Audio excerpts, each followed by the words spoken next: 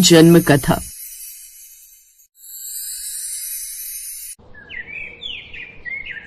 राजा उग्रसेन मथुरा के राजा थे। उनके पुत्र का नाम कंस और पुत्री का नाम देवकी था। कंस बहुत अत्याचारी था और अपने हठ के कारण उसने अपने पिता को ही राजगद्दी से उतार दिया और खुद मथुरा का नरेश बन बैठा। वह एक कठोर, निर्दय और क्रूर व्यक्ति था। मथुरा में हर कोई उसकी क्रूर और दुष्ट प्रकृति से डरता था। लेकिन एक व्यक्ति था जिसे कंस प्यार करता था और वह थी उसकी बहन देवकी। फिर कुछ समय बाद देवकी का विवाह वासुदेव नाम के एक यदुवंशी सरदार से तय हुआ था। तुम्हारे जाने के बाद ये महल सूना सूना लगेगा देवकी। मुझे तुम्हारी याद सताएगी। मुझे भी भैया। कुछ समय बाद देवकी की शादी वाला दिन आ गया। शादी बहुत ही धूमधाम से हुई। न जाने क्यों देवकी के विदा होने पर मेरा मन विचलित हो रहा है। मैं देवकी को उसके ससुराल तक पहुंचा कर आऊंगा। विवाह के बाद कंस अपनी प्यारी बहन देवकी और बहनोई वासुदेव को उसके ससुराल पहुंचाने जा रहा था। जब वे रास्ते में थे तभी अचानक आकाशवाणी हुई। क्रूर कंस, तू क्यों इतना खुश है? सावधान हो जा। जिस बहन को तू इतना प्यार करता है उसी के गर्भ से जन्म लेने वाला 8वां पुत्र तेरी मृत्यु का कारण बनेगा। क्या देवकी का पुत्र मेरे मृत्यु का कारण बन सकता है? यदि ऐसा है तो मैं देवकी का ही वध कर देता हूँ। भैया, मैं आपकी बहन हूँ। आप ऐसा कैसे कर सकते हैं? आप तो मुझे कितना प्यार करते हैं। मुझे सबसे ज्यादा प्यारी अपनी जान है और किसी की नहीं। आकाशवाणी सुनकर वो अपनी बहन देवकी को मारने के लिए आगे बढ़ा। मैं इसे मार डालूंगा इससे पहले कि वो 8वां पुत्र जन्म ले। कंस, तुम नहीं समझते कि तुम कौन सा पाप करने जा रहे हो। तुम्हारी प्यारी बहन को उसके विवाह के दिन मारना अन्याय है, महापाप है। अगर तुम देवकी को छोड़ दोगे तो मैं तुम्हें वचन देता हूँ कि हमसे जन्मे हर बच्चे को मैं स्वयं तुम्हें सौंप दूंगा। मेरा विश्वास करो। ठीक है, मैं देवकी को छोड़ दूंगा, लेकिन मैं ये निश्चित करूंगा कि तुम अपना किया हुआ वादा निभाओ। फिर उसने अपने सिपाहियों को मथुरा वापस चलने का आदेश दिया। जब वे मथुरा पहुंचे उसने वासुदेव और देवकी को कारागार में डाल दिया। जैसे ही देवकी की पहली संतान का जन्म होता है, अपने वचन अनुसार वासुदेव अपनी पहली संतान को लेकर कंस के पास आते हैं। बालक को देखते ही कंस के मन में ममता के भाव आ जाते हैं। कंस सोचता है, भला इस मासूम बच्चे ने मेरा क्या बिगाड़ा है? मुझे तो खतरा 8वीं संतान से है। कंस का मन बदल जाता है। ले जाओ अपने बच्चे को, ये नन्हा सा बालक मेरा क्या ही बिगाड़ेगा, और वैसे भी खतरा तो मुझे 8वीं संतान से है। देवलोक से देव ऋषि नारद ये सब देख रहे थे। उन्होंने सोचा, नहीं नहीं, ये विधान के अनुरूप नहीं हो रहा है।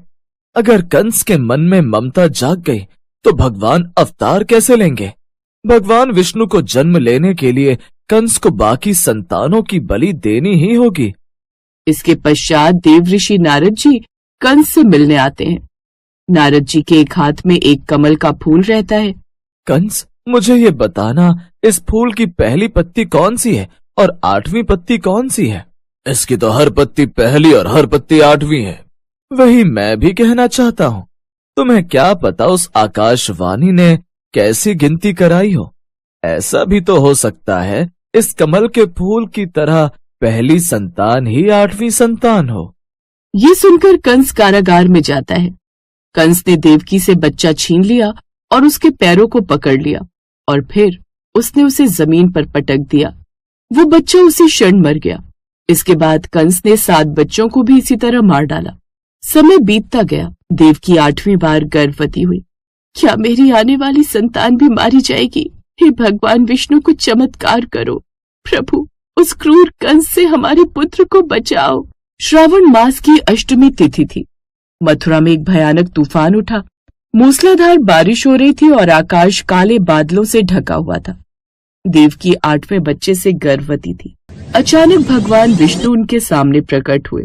सुनो वासुदेव, तुम्हारी इच्छा पूर्ण हुई। मैं तुम्हारे बच्चे के रूप में जन्म लूंगा। वासुदेव, इस बच्चे को यहाँ से गोकुल ले जाओ और उसे नंद के यहाँ जन्मी बच्ची के साथ बदल दो।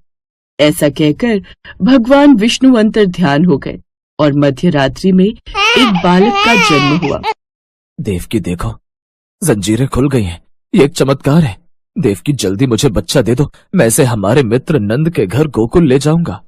जैसे ही वासुदेव ने जाने की तैयारी की, जेल के दरवाजे अपने आप खुल गए और सभी सैनिक गहरी नींद सो गए। ध्यानपूर्वक बच्चे को टोकरी में रखते हुए वासुदेव गोकुल की ओर चल पड़े।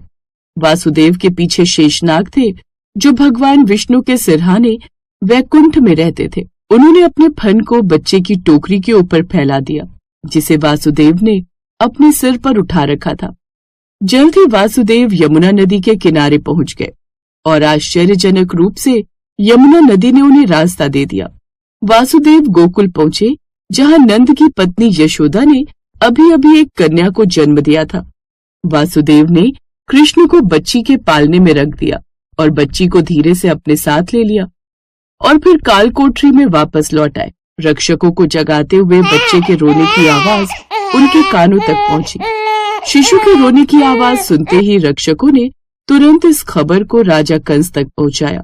कंस तुरंत जेल में देवकी के पास पहुंचा।